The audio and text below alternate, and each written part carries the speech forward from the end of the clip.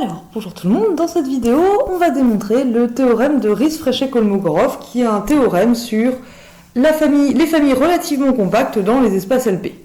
Il y a trois hypothèses à ce théorème, qui ressemblent en fait aux hypothèses du théorème d'Ascoli.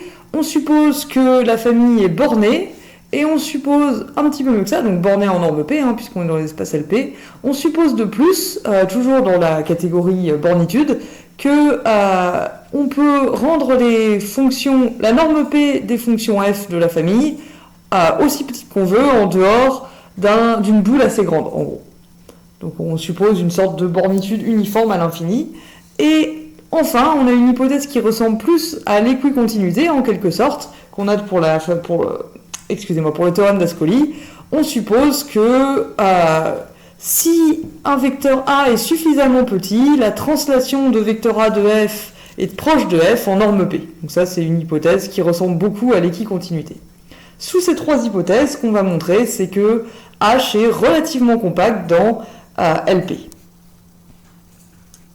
Alors pour ça, je vais avoir besoin d'un lemme sur la régularisation par convolution. Donc une régularisation par convolution un petit peu améliorée. Je vais prendre une fonction continue à support compact, à support dans la boule unité, positive d'intégrale 1, ça c'est normal pour une approximation de l'unité. Et à partir de cette fonction, je construis donc ma suite phi n, qui, pour toute fonction f dans LP, la convolée de f avec phi n va être une fonction continue, qui est dans LP, et dont la norme P est contrôlée par la norme de f. Et surtout, ce qui va m'intéresser, c'est que dans LP, la convolée de f avec phi n va tendre vers f.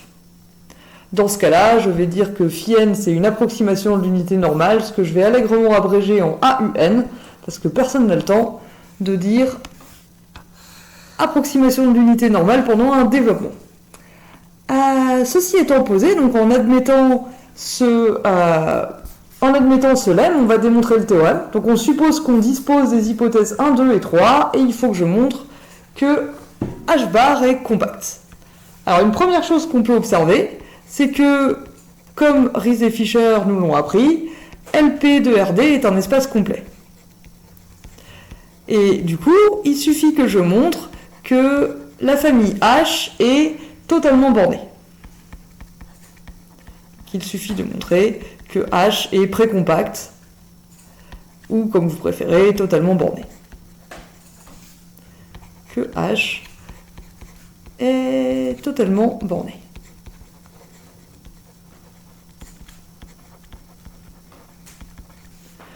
Du coup, qu'est-ce qu'il faut que je fasse? Je prends un epsilon positif et je dois trouver des fonctions f1, f2, patati patata, jusqu'à fk dans H, tel que H est recouvert par les boules de centre FJ, par l'union des boules de centre FJ et de rayon epsilon.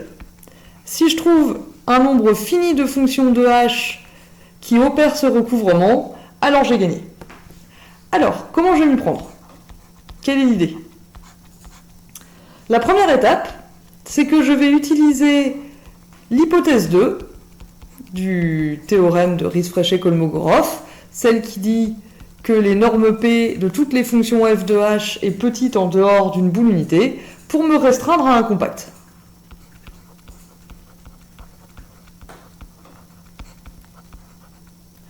Donc pour se restreindre à une boule fermée de rayon suffisamment grand, qui est donc un fermé borné de RD, donc un compact. Deuxième étape, maintenant que je suis sur un compact, je vais prendre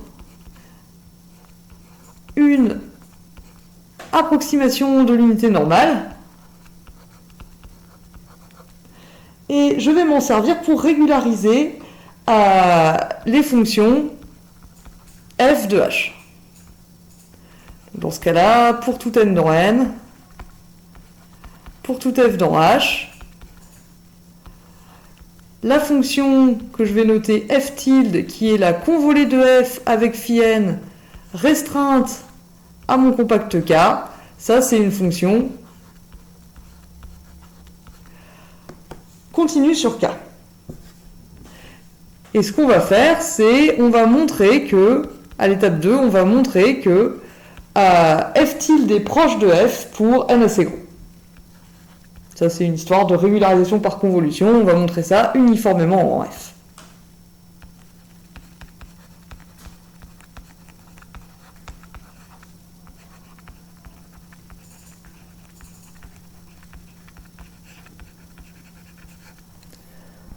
Une fois qu'on aura ça, on va utiliser Ascoli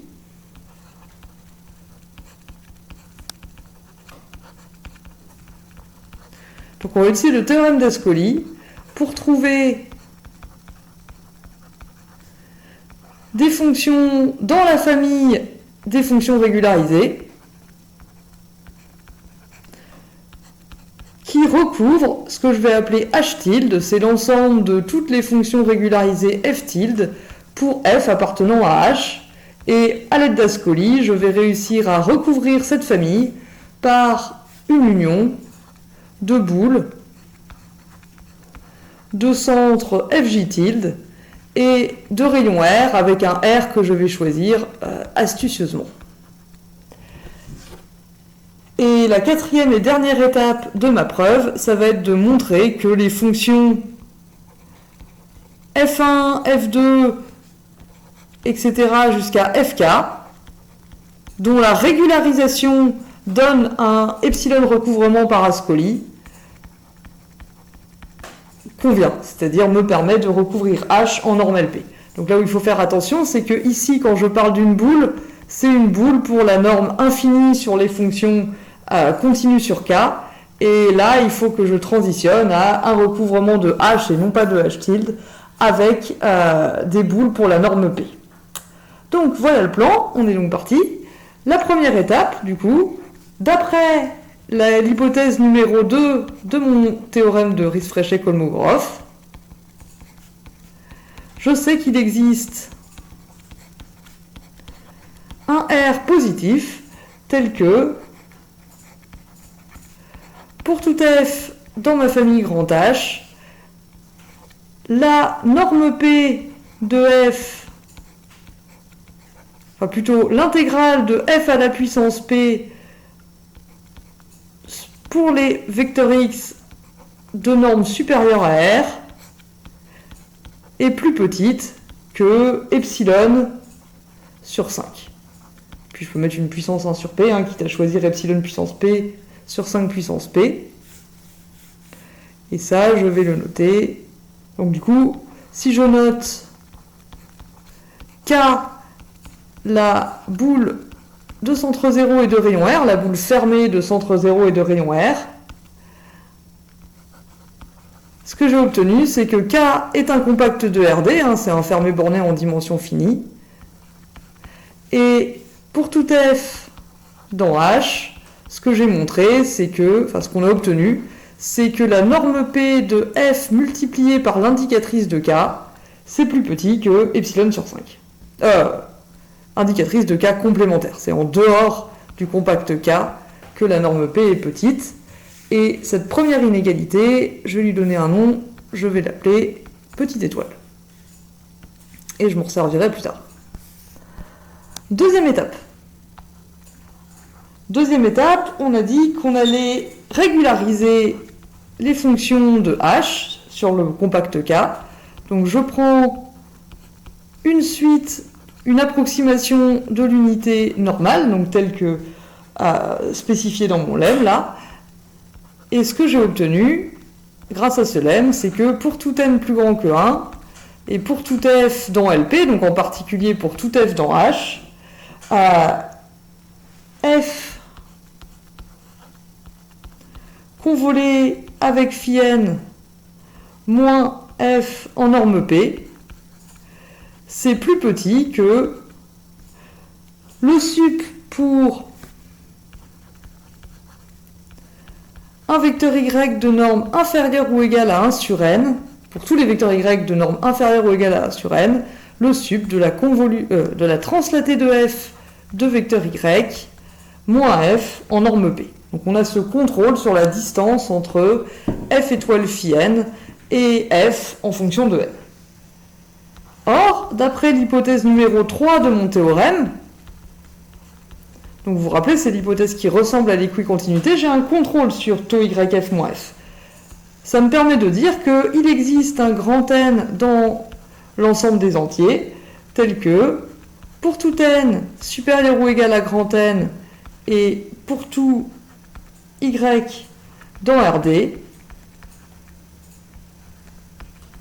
et aussi pour toute fonction f dans H, on va avoir le contrôle si y est plus petit que 1 sur n, alors taux y de f, ty de f, la translation de vecteur y de f moins f en norme p, ça va être plus petit que epsilon sur 5. Et donc, en mettant ça et ça ensemble, j'obtiens que, en particulier si je prends petit n égale grand N, ce que j'obtiens, c'est que pour tout f appartenant à H, la distance en norme P entre f et sa convolée avec mon approximation de l'unité, phi grand N, ça va être plus petit que epsilon sur 5. Et ça, c'est une autre inégalité qui va m'être utile un peu plus tard. Je vais l'appeler étoile-étoile. Maintenant, je vais m'intéresser aux fonctions régularisées.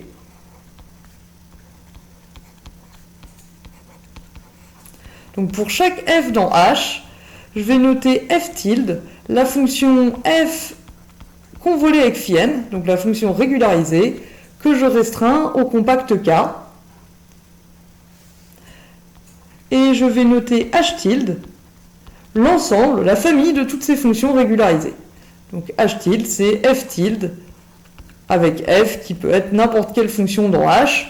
Et du coup, d'après le résultat de régularisation par convolution, ça c'est une famille, pas seulement de LP, mais surtout de C0 de K, l'ensemble des fonctions continues sur K.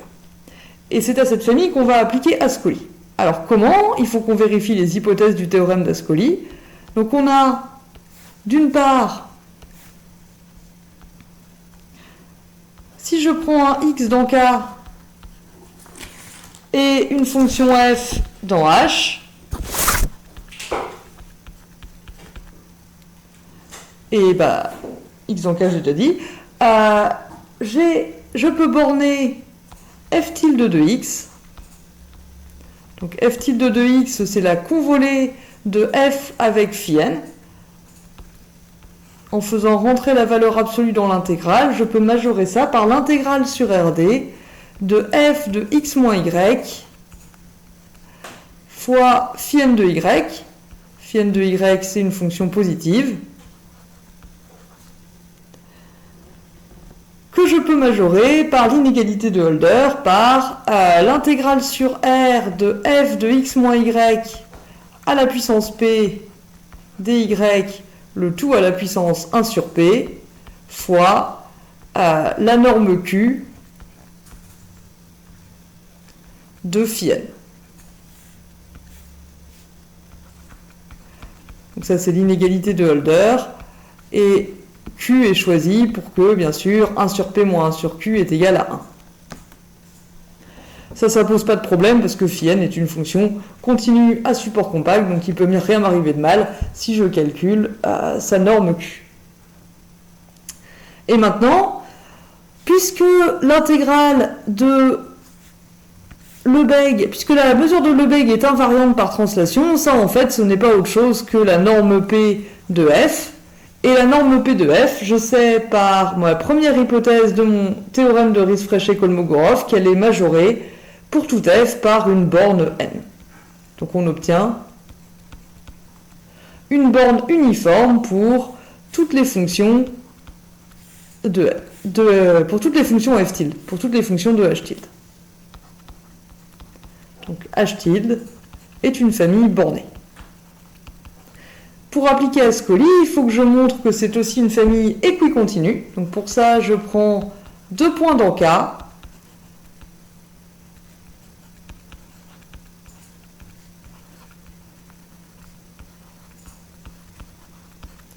Alors j'ai pas précisé, mais quand je veux dire borné ici, je veux dire borné pour la norme infinie sur C0 de K. Alors reprenons. Pour l'équicontinuité, je montre que pour tout x dans K, pour tout f dans h tilde, il faut que j'arrive à majorer f tilde de x moins f tilde de x'. Alors à nouveau, f tilde c'est une convolée, donc je peux majorer ça par l'intégrale sur RD de f de x moins y. Je mets les deux intégrales dans une seule, du coup ici je vais avoir f de x' moins y fois phi n de y, et là pour le coup j'ai pas besoin de valeur absolue puisque phi n est une fonction positive. Je refais mon astuce avec Holder. Donc toujours par l'inégalité de Holder, ça je le majore par f de x moins y moins f de x' moins y à la puissance p dy, le tout à la puissance 1 sur p, multiplié par la norme q de phi n, du coup que j'évacue avec l'inégalité de Holder. Maintenant, dans cette intégrale, je vais faire le changement de variable u égale x moins y. Donc je fais juste un décalage, ce qui ne va pas changer grand-chose, hein, toujours par invariance par translation de la mesure de Lebesgue. Je me retrouve avec f de u moins f de... Alors c'est là qu'il ne faut pas se tromper. Y, du coup, il est devenu x moins u, et du coup, là, je vais avoir u moins x moins x'.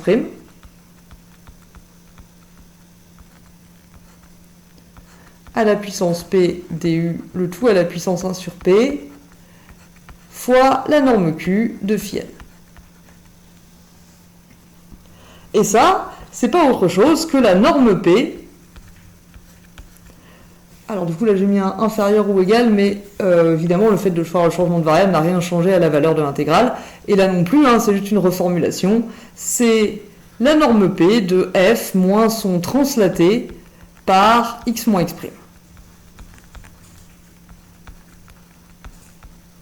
Mais du coup, la troisième hypothèse de Riesz-Fréchet-Kolmogorov me dit que si x est suffisamment proche de x',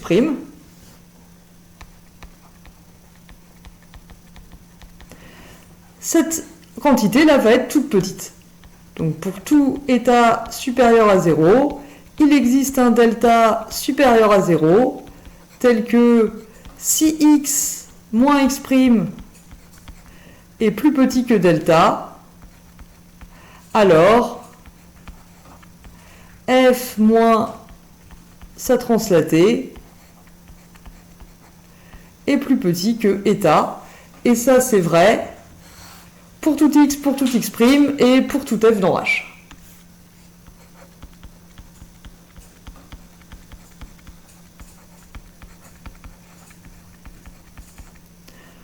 Par conséquent, on peut borner cette quantité et en déduire que h tilde est équicontinu. J'ai donc toutes les hypothèses nécessaires pour appliquer le théorème d'Ascoli.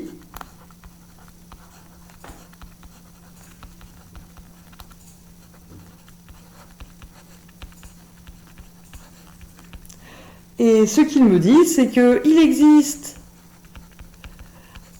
dans ma famille h tilde un nombre fini de fonctions, f1 tilde jusqu'à fk tilde, tel que pour toute fonction f tilde dans h tilde, donc pour toute fonction f dans h, il y a un j entre 1 et k, tel que la norme infinie de f tilde moins f tilde de j, c'est plus petit que... Alors là, je vais être planine, je ne vais pas prendre epsilon, je vais prendre epsilon sur 5 fois la mesure de Lebesgue de k à la puissance 1 sur p. J'imagine que vous vous doutez où est-ce que je vais avec ça. À un moment, je vais sommer tous ces epsilon que j'ai obtenus, Et ça va faire miraculeusement un beau epsilon tout seul. Et maintenant, il n'y a plus qu'à tout mettre ensemble, justement. La dernière étape, ça va être de vérifier. Alors, c'est mon étape 4, si je dis pas de bêtises, c'est bien ça. Donc, la dernière étape, ça va être de vérifier que la famille F1, F2, etc. jusqu'à FK, dont les régularisés recouvrent H tilde, convient. Répond à la question, donne ma condition de victoire que j'avais donnée au début. Alors, je prends F dans H, et je choisis J,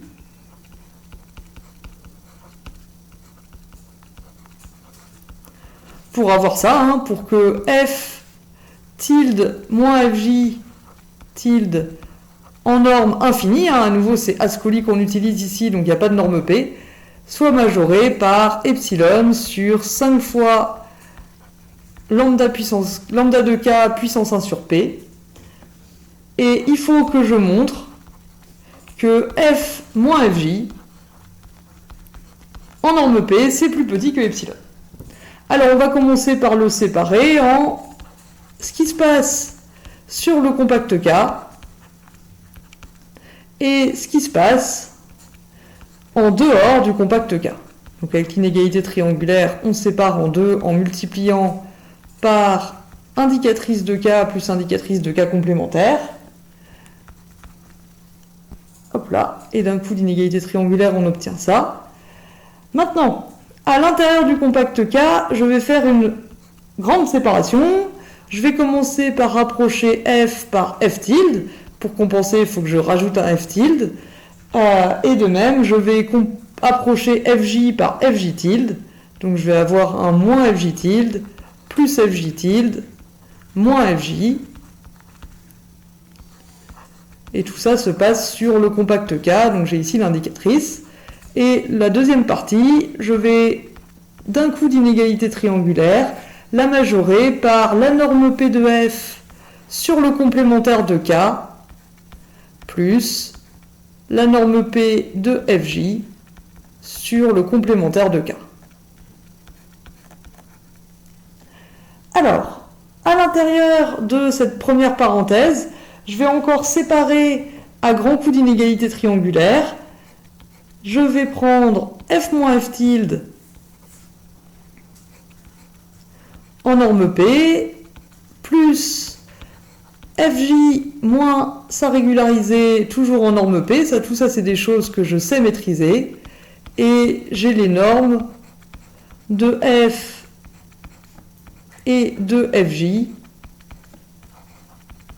en dehors du compact K que, également, je sais contrôler. Et si vous regardez, là, il ne me reste plus que ça. La norme P de F tilde moins FJ tilde, que je vais écrire in extenso. Donc, c'est l'intégrale sur RD de... Non, plutôt, vu qu'il y a une indicatrice, c'est l'intégrale sur K de F tilde de X moins FJ tilde de X à la puissance P. Ben voilà, dx. Pouf, le tout à la puissance 1 sur P. Or, je sais que les 4 premiers morceaux, d'après mes inégalités 1 et 2, mes inégalités étoile et étoile-étoile, donc étoile me permet de borner tout ça par epsilon sur 5. La deuxième inégalité étoile-étoile me permet de borner ces deux-là par epsilon sur 5 également. Donc ici, je me retrouve avec 4 epsilon sur 5. Et cette intégrale-là, je peux la majorer par la norme infinie de F tilde moins FJ tilde à la puissance P. Du coup, je prends le sup sur les X dans K. Et il me reste l'intégrale sur K de 1 dx, c'est-à-dire lambda à la lambda de K. Donc ça va me faire lambda de K.